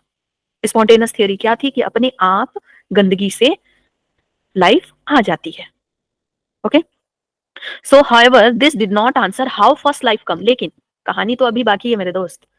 क्या है कि न्यू लाइफ जो है कहां से आई, प्री एग्जिस्टिंग लाइफ से। तो ये जो हवा में जो है ये कहां से आए, तुम कहां से आए हो भाई, है ना, इसका जवाब तो इन्होंने नहीं दिया, तुम कहां से आए हो। सो बेटा अभी तक हमने क्या पढ़ा कि स्पॉन्टेनियस जनरेशन थ्योरी को लुईस पास्चर ने डिसमिस कर दिया, लेकिन ये नहीं बता पा रहे थे कि जो प्री एग्जिस्टिंग लाइफ है वो कहां से आई। Life originated from pre existing ones, लेकिन जो पहली लाइफ है वो कहां से आई, अभी सवाल ये था, तो इसका जवाब हम ढूंढेंगे। लेकिन इससे पहले हम ये जान लेते हैं कि ये जो स्पॉन्टेनियस जनरेशन थ्योरी थी, स्पॉन्टेनियस जनरेशन थ्योरी, इसको हम क्या कहते थे, ए बायोजेनेसिस भी कहते हैं। और जो इनकी थियरी थी कि लाइफ कम फ्रॉम और प्री एग्जिस्टिंग लाइफ, इन्होंने क्या कहा, life comes from pre existing life. तो इसको भी तो कोई थियरी का नाम देंगे, इसका अल्टरनेट नाम क्या है बेटा, बायोजेनेसिस। बायोजेनेसिस इसको कहेंगे कि लाइफ जो है कहां से आ रही है, ऑलरेडी जो लाइफ है उससे आ रही है। एंड लुईस पास्चर ने ही सिर्फ और सिर्फ इसको डिसमिस नहीं किया था, इनके अलावा दो और साइंटिस्ट थे, टू मोर साइंटिस्ट जिन्होंने इस पे वर्क किया था। उन साइंटिस्ट का क्या नाम था, एक थे फ्रांसिस्को रेड्डी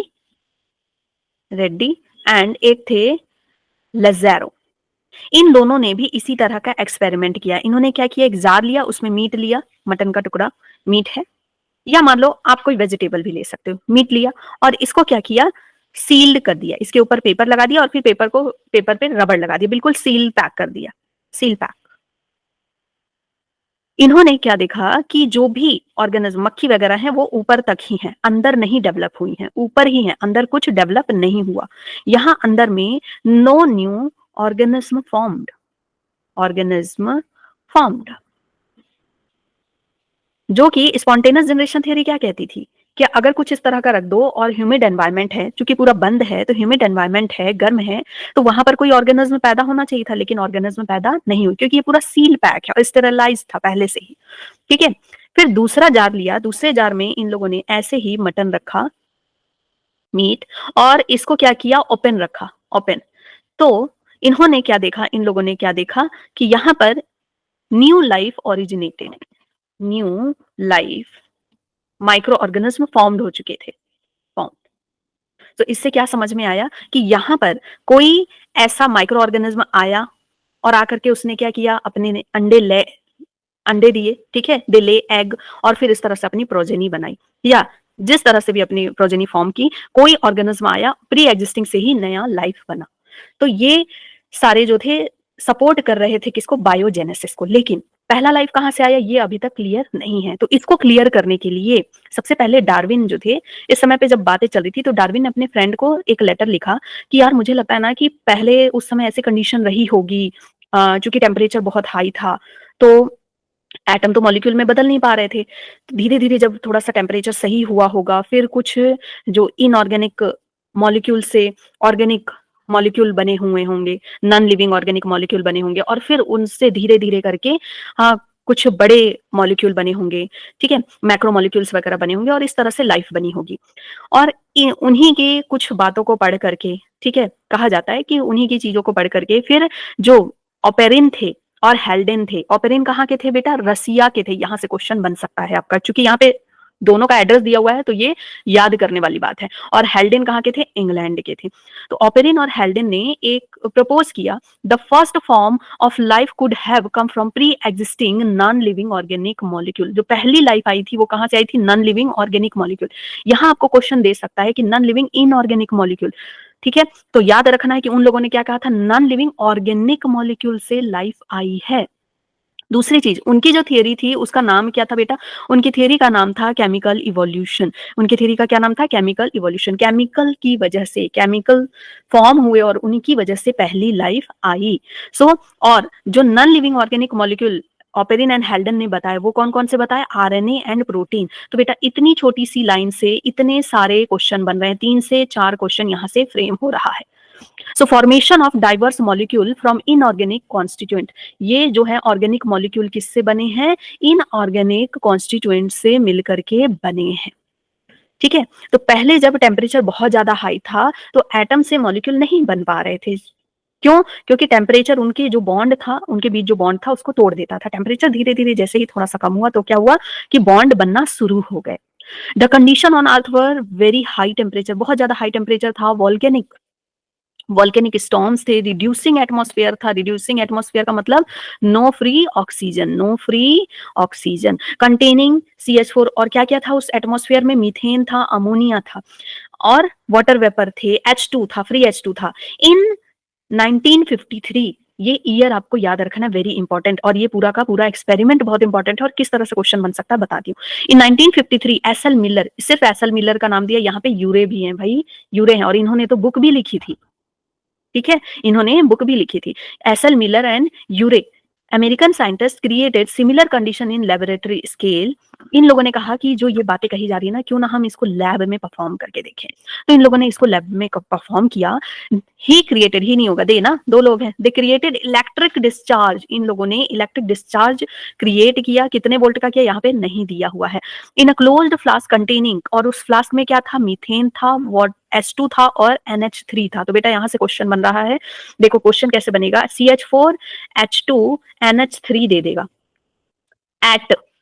एट बोल देगा, 800 डिग्री दिया ना, 8000 डिग्री सेल्सियस लिख देगा। या फिर CH3 H2 और NH4 दे देगा एट 800 डिग्री सेल्सियस। तो दोनों ही गलत हैं। इस तरह से छोटे छोटे माइनर चेंजेस करके क्वेश्चन बेटा फ्रेम हो सकता है। तो क्वेश्चन आपका सही क्या है? CH4 H2 NH3, CH4 होना चाहिए, NH3 होना चाहिए, H2, ठीक है। और CH4 फिर NH3, देखो पहले 4 आ रहा है, फिर 3 आ रहा है और फिर क्या आ रहा है? H2 आ रहा है, ठीक है। इनकी रेशियो कितना प्रोपोर्शन में लिया था? प्रोपोर्शन था 2:1:2 में, ठीक है, 2:1:2 में लिया था एट 800 डिग्री सेल्सियस। ये सही है। तो इनके जो एक्सपेरिमेंट है इससे ये क्वेश्चन बन सकता है। वाटर वेपर कितने में था? 800 डिग्री सेल्सियस में उसको खोलाया था। तो उस समय सोचो कि वाटर वेपर जो बनता होगा वो कितने टेम्परेचर पे बन रहा है? 800 डिग्री सेल्सियस पे। He observed formation of amino acid. इनके एक्सपेरिमेंट में क्या बना था बेटा? अमाइनो एसिड्स बने थे। और इसी तरह के और एक्सपेरिमेंट हुए, फिर उनमें क्या बना था? उनमें साइंटिस्ट ने क्या फॉर्म होते हुए देखा था? किसी ने देखा पिगमेंट, किसी ने देखा फैट्स, किसी ने देखा पॉलीसेकेराइड, किसी ने देखा न्यूक्लिक एसिड्स। अलग अलग एक्सपेरिमेंट में अलग अलग साइंटिस्ट को अलग अलग चीजें मिली। इनको क्या मिला था? Amino acid. कौन कौन से amino acid? Alanine, aspartic and glycine. तो नाम आपको याद रखना, सिर्फ आग से याद नहीं रखोगे कि आग है ना, इसकी ट्रिक है ना आग। तो जी से भाई ग्लाइसिन और ग्लूटामिक दोनों तो एक जैसे हो गए, ग्लाइसिन की जगह ग्लूटामिक दे देगा आपको। तो पूरा आपको याद रखना है, ठीक है। In similar experiments, other observed formation of sugar, nitrogen bases, pigments, fats, ये सारी चीजें दूसरों को मिली। एनालिसिस ऑफ मेटियोराइट, अब देखो यहाँ एक यूनिक बात है, मेटियोराइट का भी एनालिसिस किया कुछ साइंटिस्ट ने, तो उन्होंने देखा कि सिमिलर कंपाउंड मिल रही हैं। तो ये जो बात थी ना, इस बात ने भाई बल दिया किसको? पैनस्पर्मिया थ्योरी को। पैनस्पर्मिया थ्योरी को ये यही कहती है ना कि अलग अलग जगह पे, अलग ग्रह से जो है स्पोर्स आए और उसकी वजह से लाइफ ओरिजिनेट हुई। तो मीटियोराइट्स में इस तरह के कंपाउंड कैसे आए? तो ये इसको थोड़ा सा बल दे रही थी। Analysis of meteorite contents reveal similar compound indicating that similar processes are occurring elsewhere in space. With this limited evidence the first part of, अब देखो इसी तरह की लिमिटेड एविडेंस और अभी तक ये प्रूव नहीं हुआ, हो सकता है कि कुछ समय बाद पता चले ये सारी बातें गलत है ना, लेकिन एक्सपेरिमेंट तो किया, कुछ बातें तो निकली, अमाइनो एसिड तो बना और अमाइनो एसिड हमारे अंदर होता है, कुछ साइंटिस्ट को पॉलीसेकेराइड मिला, तो ये सब ही चांसेस हैं कि ये सारी बातें सही हैं। तो यहाँ पे लिखा with this limited evidence the first part of the conjectured story the chemical evolution was more or less accepted. We have no idea, अभी तक हमें कोई आइडिया नहीं है how the first self replicating metabolic capsule of life arose, कैसे बना अभी तक कोई आइडिया नहीं। The first non cellular forms of life could have originated, पहला जो नॉन सेलुलर फॉर्म जैसे अमाइनो एसिड पॉलीसेकेराइड इन सबको मिला करके एक जो भी लाइफ बना होगा वो कैसा होगा, non cellular form of life होगा। ये कब बना, 3 बिलियन ईयर अगो बना, ठीक है। Non cellular form of life like virus तो वायरस वगैरह भाई हमारे पूर्वज हैं, वायरस, प्रायंस, वायराइड, ये सभी क्या हैं, ये सभी समझ लो एक तरह से हमारे पूर्वज हुए, फिर बैक्टीरिया आ गए बाद में। 3 billion years back they would have been giant molecule, ये कैसे हो सकते हैं, जायंट मॉलिक्यूल होंगे, जब ये बने होंगे ना तो जायंट मॉलिक्यूल बनाए होंगे मिल करके, आरएनए, प्रोटीन, पॉलीसेकेराइड। तो इससे पहले अब हम आगे बढ़ने से पहले हम क्या देख लेते हैं, diagrammatic representation of Urey Miller experiment कब हुआ था, 1953 में। बेटा एक एक सन याद रखना है, एक एक डाटा याद रखना है आपको। तो इसकी लेबलिंग आ सकती है बेटा, आपको लेबलिंग आ सकती है, ठीक है। तो इन लोगों ने इलेक्ट्रोड्स लिए, स्पार्क डिस्चार्ज किया, कितने का किया ये नहीं दिया हुआ है, ओके। एंड कौन कौन से गैस लिए, यहां से क्वेश्चन आ सकता है, CH4, NH2, H2O, H2, and ये सारे गैस लेकर के स्पार्क डिस्चार्ज कराया, क्योंकि उस समय भाई थंडर होगा, फिर उस समय वोल्केनिक इरप्शन होगा, तो सारी वो वाली कंडीशन कर दी, और मीटेराइट्स वगैरह भी गिरते होंगे, तो ऐसी कंडीशन कर दी कि सेम जो है अर्थ में जैसी थी। फिर वाटर आउट हो रहा है, कंडेंसेशन लगाया ताकि जो भी वाटर वेपर है ना, वेपर जो है वो कूल हो, क्योंकि धीरे धीरे थोड़ा सा पानी जो भी खौल रहा था वो ऊपर होके थोड़ा ठंडा भी तो हो रहा था, और ठंडा होने के बाद पढ़ा हमने, ठंडा होने के बाद वो कंडेंस होकर के क्या बना रहा था, क्लाउड फॉर्मेशन के बाद फिर क्या हो रहा था, प्रेसिपिटेशन, और जो भी पानी गिर रहा था वो भी क्या था, ओशियन में खौलता हुआ पानी था, ठीक है। तो वेपर बन रहा था, वेपर जो है कंडेंस होकर के अब क्या बन जाएगा, वाटर ड्रॉपलेट में कन्वर्ट हो गया बेटा, वाटर ड्रॉपलेट में। तो वाटर तो था लेकिन वाटर H2O डाला, लेकिन वेपर के फॉर्म में डाला, ठीक है। और ये फिर कंडेंस होकर के वाटर ड्रॉपलेट में कन्वर्ट हो गया, जैसे हम पानी को खौलाते हैं और उसके बाद थोड़ा देर छोड़ दो तो जो भाप है वो पानी में कन्वर्ट हो जाता है, वैसे ही। और वैक्यूम पंप लगाया यहाँ पर ताकि जो है फ्री ऑक्सीजन ना मिल पाए। सो इस तरह से इन लोगों ने 18 दिन तक एक्सपेरिमेंट किया, 18 डेज तक, और इन लोगों ने क्या देखा कि यहाँ पर अमाइनो एसिड बने, ऑर्गेनिक कंपाउंड कौन से बने बेटा, अमाइनो एसिड्स बने, ठीक है। फिर अब हम आगे पढ़ लेते हैं।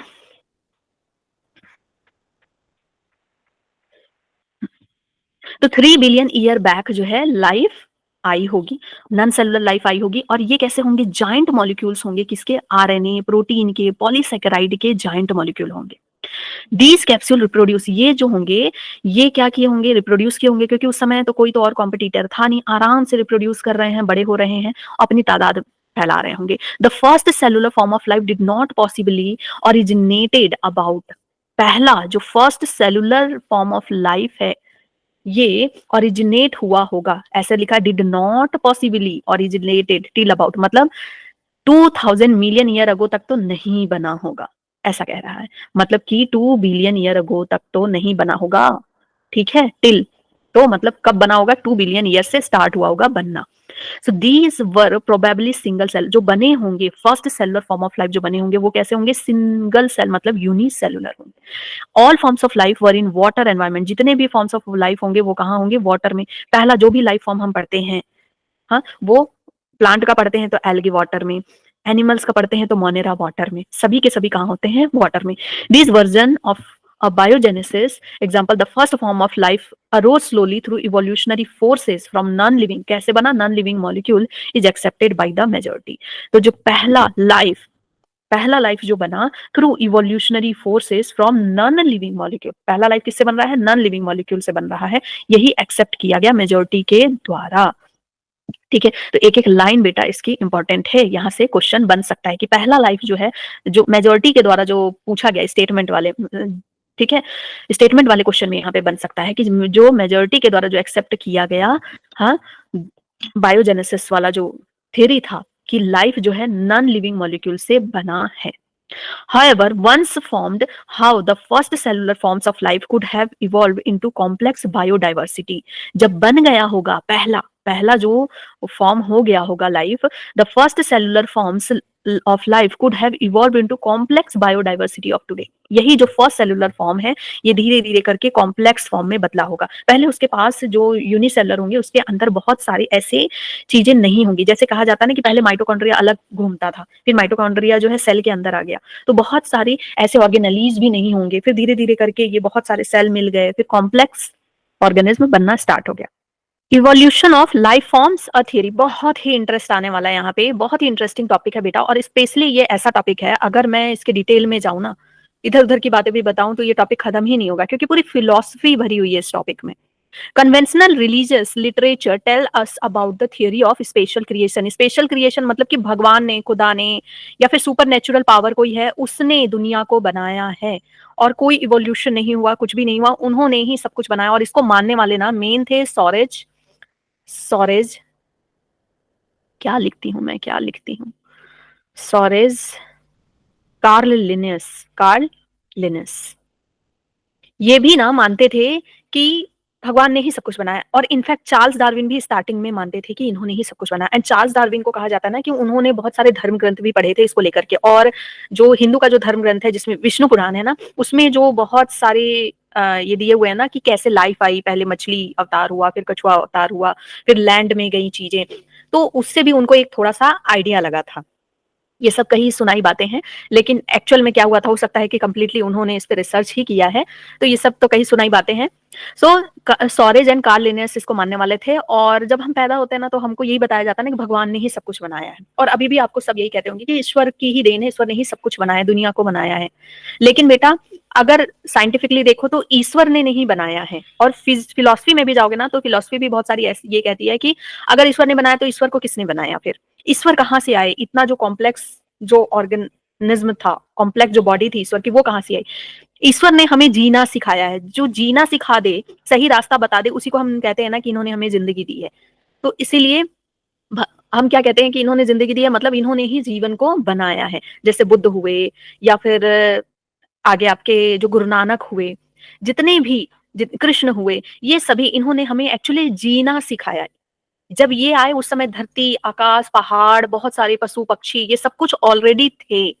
तो इन्होंने ये सारी चीजें क्रिएट नहीं की हैं, क्रिएट पहले से हुआ। ये आए और इन्होंने जीना सिखाया, इसलिए हम इन्हें क्या कहते हैं, भगवान कहते हैं। आज भी जो हमें जीना सिखाता है, जो हमारा गुरु बनता है, हम उसे भगवान की तरह पूजने लगते हैं। ये टॉपिक ही बेटा बिल्कुल अलग है। अगर इसमें जाओ तो बहुत सारे मतलब कॉन्ट्राडिक्शन होने लगते हैं कि आप ऐसा क्यों बोल रहे हो, फिर प्राण कहाँ से आया, अगर भगवान ने नहीं बनाया तो ये कॉम्प्लेक्स बॉडी पूरा लैब में बना दो, फिर प्राण कहाँ से आएगा, तो ये भी बात है। ठीक है, तो इन सब में नहीं जाते, हमें जो एनसीईआरटी कहती है हम उसको पढ़ते हैं। This theory has 3 connotation, 3 connotation थी इस थियरी की। One that all living organism spatial or types that are we see today were created as such। इसके जो 3 कॉनोटेशन थे ना, वही थोड़े से अटपटे से थे। ये क्या कहती है कि जो हम आज लिविंग ऑर्गेनिज्म में देखते हैं, छोटे बड़े सभी, ये जैसे अभी हैं वैसे के वैसे बनाए गए थे भगवान के द्वारा, और इसमें कोई चेंजेस नहीं हुआ है। और हम जानते हैं कि जब रिसर्च होती है ना, जब खुदाई चलती है, तो हमें डायनासोर्स वगैरह मिलते हैं। तो अभी तो हमें डायनासोर नहीं दिखते हैं, तो इसका मतलब डायनासोर जो मिल रहा है वो सब बकवास है। डायनासोर मिलते हैं, और बहुत सारे आर्कियोप्टेरिक्स वगैरह, बहुत सारे ऐसे फॉसिल मिलते हैं, और उनकी कार्बन डेटिंग से पता चलता है उनकी एज बहुत बहुत बहुत बिलियन ईयर्स पुरानी थी। To that the diversity was always the same since creation. Diversity ऐसी ही थी, जब से बना है ना तब से इतना ही डाइवर्स फॉर्म था, इतने सारे ही स्पीसीज थे, कोई नया नहीं आया। एंड ये फ्यूचर में भी सेम ही रहेंगे, डाइवर्सिटी तो और बढ़ती जाएगी। ऐसे कोविड के टाइम पे ही हमने देखा कितने डाइवर्स फॉर्म आ रहे थे, फटाफट फटाफट फटाफट आ रहे थे भाई को वायरस के। 3 that earth is about 4000 year old only. ये तो बिल्कुल ही गलत है, 4000 ईयर ओल्ड नहीं है। फॉसिल्स जो हमें मिलते हैं वो बहुत बहुत बहुत पुराने मिलते हैं, प्लांट्स के, एनिमल्स के, सबके बहुत पुराने फॉसिल्स मिलते हैं। जब उनका ईयर पता लगाया जाता है तो बहुत पुराने मिलियंस ईयर्स के भी मिलते हैं। एंड कोयला जो बन रहा है, जितनी भी चीजें हमारे पास डायमंड वगैरह, वो सब बनने में बहुत सालों लग जाते हैं बेटा। तो 4000 पुराना है, तो ये सारे मिनरल्स वगैरह ये सब कहाँ से आए, मिनरल सोर्स सब कहाँ से आए? तो ये बात तो बिल्कुल ही गलत है। और हमारे जो पुराण में जो कहानियां लिखी हैं उसमें भी लिखा है 7000 साल पहले, हाँ 9000 साल पहले, तो सारी बातें फिर गलत है क्या? और स्पेशल क्रिएशन में अगर आप डिटेल में जाओगे ना, तो उसमें 2 स्टोरी है मेनली, कि भगवान ने जैसे सोमवार को पर्वत पहाड़ बनाए, फिर मंगलवार को जो है नदियाँ वगैरह ये सब बनाई, फिर बुधवार को इंसान बनाए, फिर गुरुवार को ऐसे कुछ जानवर बनाए। तो इस तरह से पूरा अर्थ बनाया, पूरा अर्थ बनाने के बाद संडे को उन्होंने रेस्ट किया। फिर है एक और है कि भगवान ने एडम और ईव को बनाया। एडम जो है उसको मिट्टी से बनाया था, फिर उसकी रीढ़ की हड्डी लेकर के उससे ईव को बनाया, और एडम और ईव ने ही पूरी दुनिया को बनाया। भाई एडम और ईव ने इतनी संतानें पैदा की और फिर उनसे इतनी संतानें पैदा हो गई कि उसके बाद जितने भी, हाँ प्रलय आए, कुछ भी आया, तो वो नहीं मरे। 2 लोगों ने इतनी बड़ी दुनिया बना दी। और डायनासोर जबकि आए, इतने सारे डायनासोर थे, वो सब मर गए एक बार में, लेकिन एडम ईव की संतानों को कुछ नहीं हुआ, वो बिल्कुल चलते ही गए। तो बेटा ये सब जो है, ये सारी चीजें हमें ये बताती है, अलग चश्मे से दुनिया को देखने का नजरिया दिखाती है कि ये सारी बातें क्या है, गलत है। ठीक है, स्पेशल क्रिएशन की जो थ्योरी है ये गलत है। All these ideas were strongly challenge, in ideas को स्ट्रांगली चैलेंज किया गया 19th सेंचुरी में। किसने किया? डार्विन ने किया और अल्फ्रेड वेलेस ने किया। ये दोनों साइंटिस्ट ना, थॉमस मैल्थस का, इन दोनों साइंटिस्ट ने थॉमस मैल्थस का स्पीच सुना एक जगह, और दोनों के दिमाग में सेम चीजें चली कि भाई ये तो सही कह रहे हैं। थॉमस मैल्थस ने कहा था कि जो ग्रोथ होता है ना, पॉपुलेशन का ग्रोथ जो है एक्सपोनेंशियल इस तरह से होता है, और जबकि रिसोर्सेस हमारे पास क्या है? रिसोर्सेस हमारे पास लिमिटेड है। रिसोर्सेस हमारे पास लिमिटेड है। रिसोर्सेस लिमिटेड हैं। तो जब पॉपुलेशन बढ़ता जा रहा है, तो वो बिल्कुल बढ़ते ही जाना चाहिए, बढ़ते ही जाना चाहिए, खत्म नहीं होना चाहिए, कोई भी स्पीसीज नहीं खत्म होनी चाहिए। तो इनके अनुसार क्या था कि जब रिसोर्सेस लिमिटेड हैं, तो उसके लिए होती है क्या? फाइट होती है। तो जो बेस्ट होता है वो आगे बढ़ जाता है, और जो नहीं लड़ पाता है वो पीछे ही रह जाता है। तो इन्हीं के आइडिया पे इन लोगों ने वर्क किया, और इन्होंने दोनों ने एक ही कंक्लूजन निकाला, और फिर उसके बाद इन लोगों ने पेपर वर्क सबमिट किया। लेकिन डार्विन के पेपर वर्क को ज्यादा पब्लिसिटी मिली, जो भी रीजन रहा हो। और कहा जाता है कि जब डार्विन जो है एचएमएस बीगल में जब ये रिसर्च करने निकले थे, based on the observation during sea voyage in sail ship HMS Beagle, बहुत ज्यादा बीमार भी हुए इस रास्ते में, और बहुत कुछ इन्होंने देखा। इन्होंने प्लैंक्टन्स देखे, बहुत तरह के प्लैंक्टन्स देखे, और बहुत अमेज्ड हुए कि ओशियन के इतने अंदर इतनी खूबसूरती क्यों बसी हुई है भाई, जिसको कोई देखने वाला भी नहीं है। एचएमएस बीगल इनके शिप का नाम था बेटा, और ये शिप काफी फेमस हुआ, और इस शिप का नाम आपको याद रखना है। इनके शिप का क्या नाम था? HMS beagle. Around the world, Charles Darwin concluded that existing living forms share similarities to varying degree, not only among themselves but also with life forms that exist millions of years ago. इन्होंने क्या बताया कि जो living forms अभी मिल रहे हैं ना, हम लोग जितने भी, हम लोग हैं, जिराफ हैं, बंदर है, जो भी है, चूहा है, जितनी भी चीज हैं, वो कहीं ना कहीं सिमिलर हैं एक दूसरे से। और सिर्फ आपस में सिमिलर नहीं है, आपस में सिमिलर नहीं है, जो बहुत पहले मिलियन ईयर्स अगो जो लाइफ फॉर्म थे उनसे भी कहीं ना कहीं मिलते हैं। मतलब हम, हमारे जो एंसेस्टर होंगे, हम सभी के कोई ना कोई एक कॉमन एंसेस्टर रहा होगा, फिर उससे धीरे धीरे करके डाइवर्सिफाई करके एक जो है ना डाइवर्सिटी का ट्री बना, और बहुत तरह के हम ऑर्गेनिज्म बनते गए।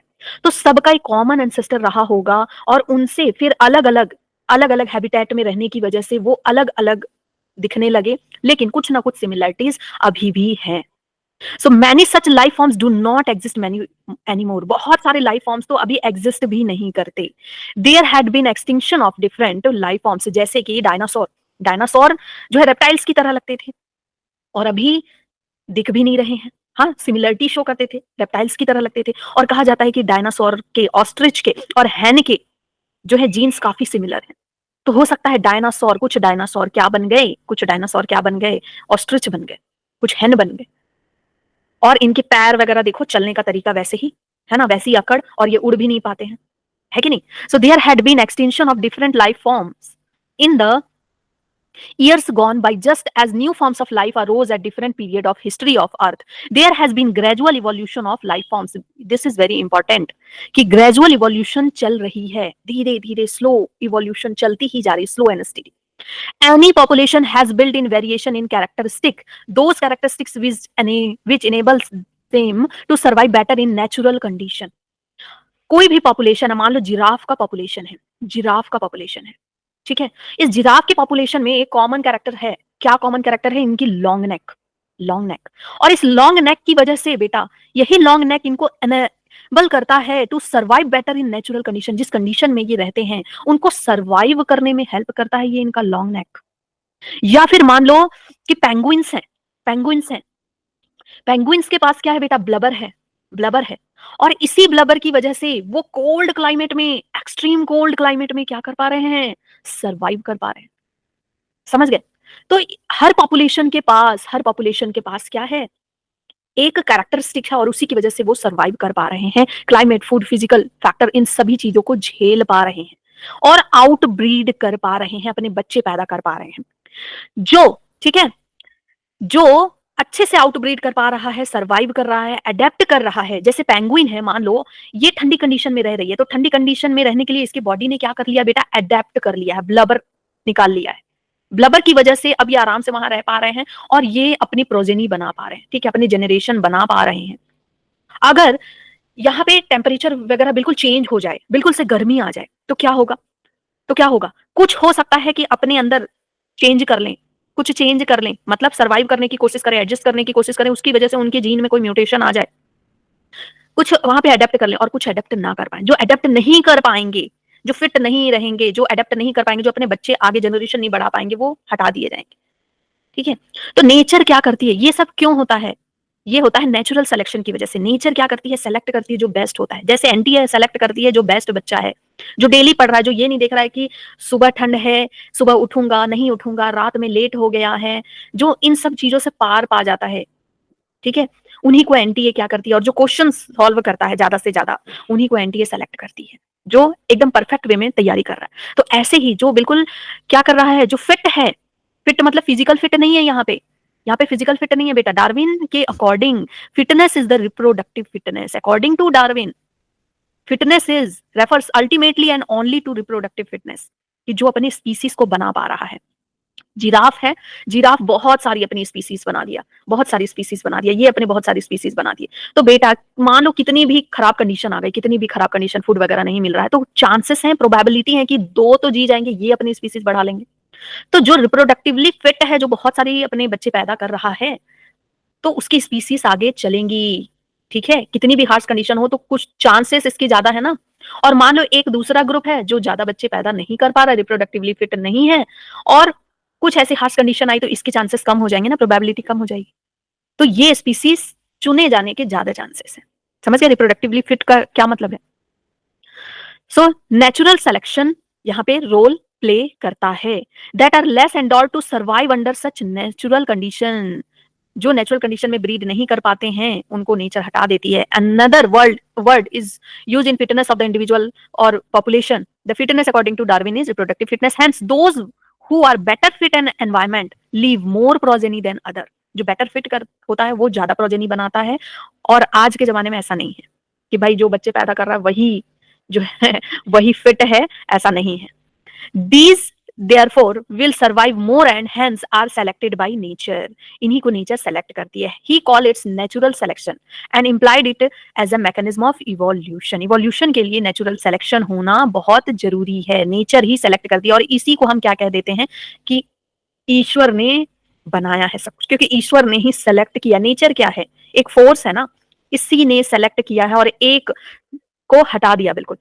जैसे डायनासोर्स थे, डायनासोर्स को बिल्कुल अचानक से एलिमिनेट कर दिया। भाई तुम्हारा आतंक बहुत मच गया है, अब तुम क्या कर रहे हो, बाकी स्पीसीज को रहने नहीं दे रहे हो, ना पेड़ पौधों को रहने दे रहे हो, ना किसी स्पीसीज को रहने दे रहे हो। अब क्या है, तुम आपस में ही लड़ भिड़ रहे हो, क्योंकि रिसोर्सेस वगैरह भी कम है, कंडीशन फिर खराब हुई और बिल्कुल नेचर ने सेलेक्ट किया, एकदम खत्म कर दिया कि तुम रहने लायक ही नहीं हो। ऐसे हमको भी नेचर सेलेक्ट करिए, भगा देगी बिल्कुल अर्थ से। And implied it, let us also remember that Alfred Wallace. अब अल्फ्रेड वेलेस की बात करते हैं। अल्फ्रेड वेलेस जो है ना, ये भी नेचुरलिस्ट थे, एंड इन्होंने वर्क किया था मैले आर्चिपेलागो। मैले आर्चिपेलागो क्या है, group of island, group of island.